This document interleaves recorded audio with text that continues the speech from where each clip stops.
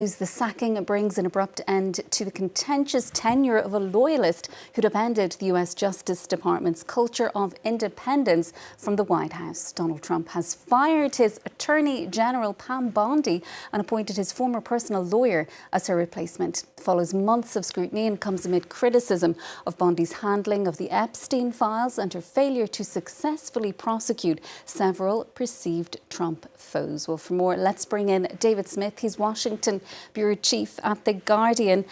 David, remind us how exactly we got here. Why is Donald Trump getting rid of Pam Bondi? Why is it happening now? I think Donald Trump had mounting frustration with Pam Bondi, and certainly the Epstein files were central to that.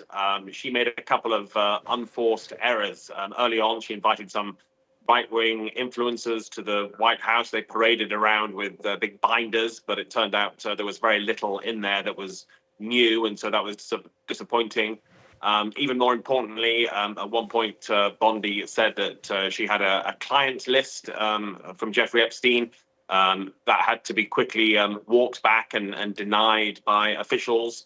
And we did hear last year Susie Wiles, the White House chief of staff, saying that Pam Bondi had whiffed it, that she'd made mistakes in the handling of the issue. And more generally, she really failed to neutralize the Epstein files. It's been politically damaging to Donald Trump with his base, and it's a saga that seemingly will not go away. I think the moral of the story is that even if you are a devout Trump loyalist and you swear allegiance in public, it's no guarantee that he will always remain loyal to you, because we did see Pam Bondi constantly praise Trump. The Justice Department right now even has a huge banner with Trump's face, and of course, when he asked Bondi to prosecute his political enemies, she certainly tried, with the likes of Letitia James, Attorney General in New York, and James Comey, former FBI director, but none of it was enough. And I think one other notable point here, we've now had two cabinet secretaries fired in the second Trump term, both of them women, Kristi Noem and Pam Bondi, in what is already the least diverse cabinet this century. And David, on that note, we're just seeing here the last couple of minutes reports that Pentagon Chief Pete Hegseth, he's asked the US Army Chief of Staff, Randy George, to step down and take immediate retirement. What more do we know about that at this stage? I think we know very little. I mean, obviously, the first assumption would be, is this related to the war in Iran?